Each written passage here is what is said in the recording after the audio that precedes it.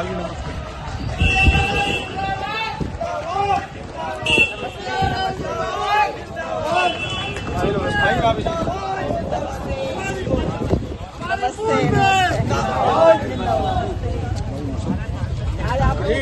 है आपका। 15 साल बाद अंदर आइए। हमारा स्वागत है। जैसा हो, हमारा सांसद कैसा हो।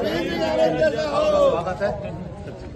पार्टनर भैया बहुत देर से वेट कर रहे हैं आप। आज हमारे बीच में आपको बहुत स्वागत है। हमारे आ चुकी है। महिलाओं को आप लोग आगे आओ। एकदम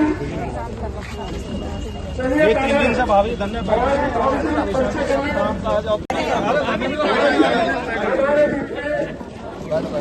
वो मेल आई है जिन्होंने 5 साल हमारे कर्मचारियों के बीच में रहकर हम सभी कर्मचारियों को हर समय इतना हौसला बढ़ाया कि शायद किसी भी कर्मचारियों को भाभी जी के होटों में कोई परेशानी नहीं हुई। जब कोई कर्मचारियों को समस्या आती थी तो हमारी मेयर सुप्रिया राम जी कमरे में बुलाकर कहती थी कि भाई आप कर्मचारियों की क्या समस्या है हमें बताओ, हम हल कराएंगे अधिकारी को बुलाकर। लेकिन आज अफसोस इस बात का है कि हमारे मेयर साहब इससे पूर्व भी 2 बार हम धरने पर बैठे हैं। उन्होंने ये नहीं सोचा कि ये दलित सफाई कर्मचारी और बैठला को समझा के सफाई कर्मचारी 3 दिन से भूखे काम कर बैठे हैं आए और हम अपने कर्मचारियों के विषय में कुछ पूछे, पर हमारा शोषण करने के लिए बहुत आगे बढ़ता है। ये 2 मेयर होंगी जब एक बार धरने पर कर्मचारी बैठे थे तो घर तक पहुंच गई थी कि तुम मेरे सब बच्चे हो, तुम सब मेरे कर्मचारी हो, अपनी समस्या बताओ और मैं हल करूंगी। और हमेशा हल उनका कराया है।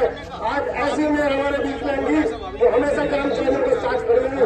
मैं अपनी में मोदी से अनुरोध करूंगा इन कर्मचारियों को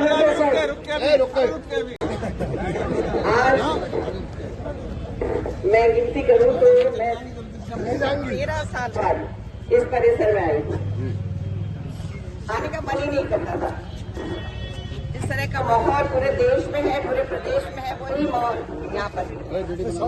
पर आज मेरे कर्मचारी भाइयों को मेरी जरूरत महसूस हुई और जब अपील हो गई तो मुझे लगा कि मुझे आपके सपोर्ट में आना होगा।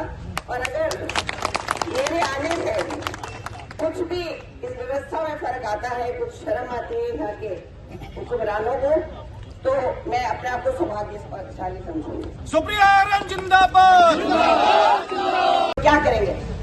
बंधुआ मजदूर की तरह से आप ही में से, हम वाल्मीकि भाइयों में से ही पकड़ के काम कराएंगे, बंधुआ मजदूर बनाकर। और उसके बाद ये दिखाने की कोशिश करेंगे, मकसद ये है कि हमने कोई शहर को बड़ा चमका दिया है, हमने बहुत बड़ा काम कर दिया है। आप इनकी मंशा नहीं समझते, ये बहुत ही ज्यादा झूठ की फरेब की सरकार है। तो हम क्योंकि प्रदेश में भी इनकी सरकार, केंद्र में भी इनकी सरकार, नगर निगम में भी इनकी सरकार, तो बताइए अगर ये चलेगा तो कैसे होगा। मैं आपके बीच में खड़े होकर आज इस प्रस्ताव का विरोध करती हूँ, आपके साथ खड़ी हूँ। जब तक आपकी लड़ाई चलेगी हमारा पूरा सपोर्ट आपको रहेगा। प्रदेश की गारंटी भी मैं उनसे भी अनुरोध करूंगी कि आपके बीच में आकर वो भी सपोर्ट करें आपको, और उम्मीद करती हूँ कि आप अपनी इस लड़ाई में सफल हो।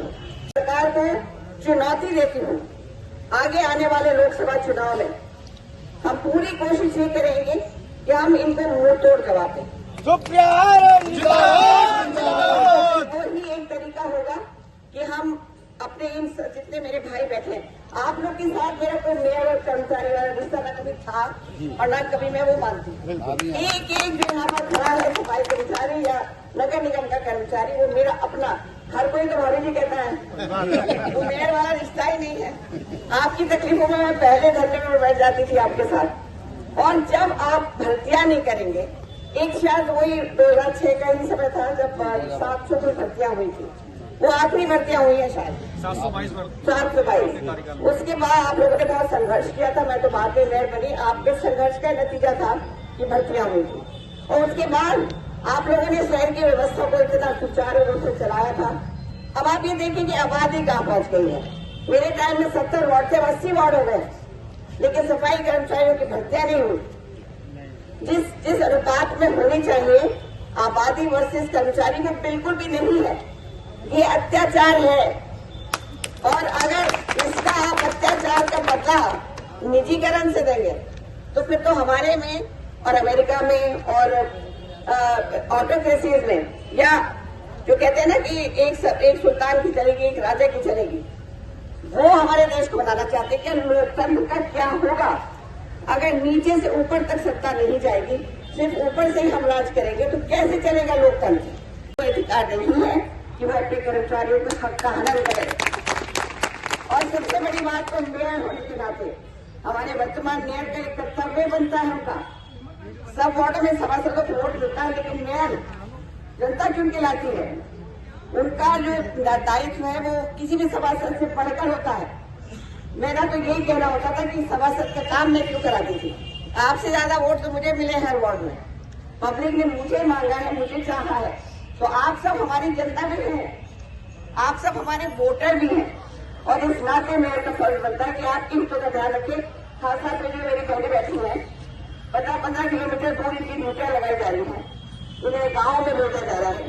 किसी भी तरह से कहते हैं हम महिला, ये सरकार महिलाओं के पक्ष में है, ये सरकार बातें मोदी जी की घुसते ही मेरा मूड ऑफ हो गया।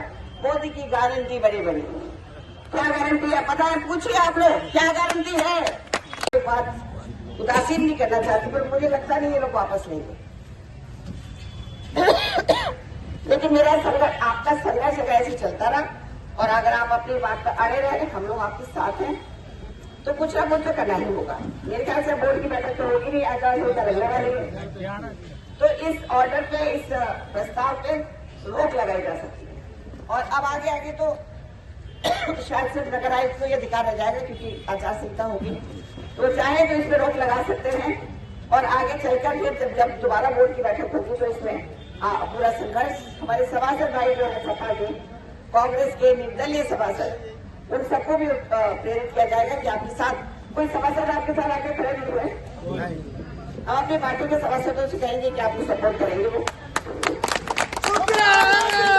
जिंदाबाद जिंदाबाद जिंदाबाद जिंदाबाद जिंदाबाद।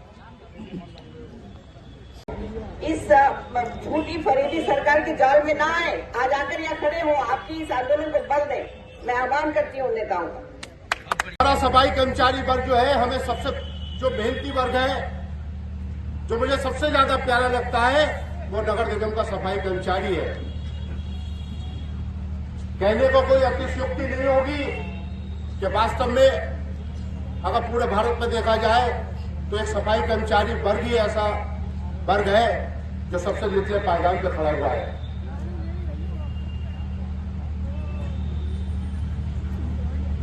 तो कहने का तात्पर्य मेरा यह है कि जहां मंचों पे तो आप इतने इतने बड़े भाषण देती हो, विधायकों के, सांसदों के, और जो मंच सजे हुए होते हैं,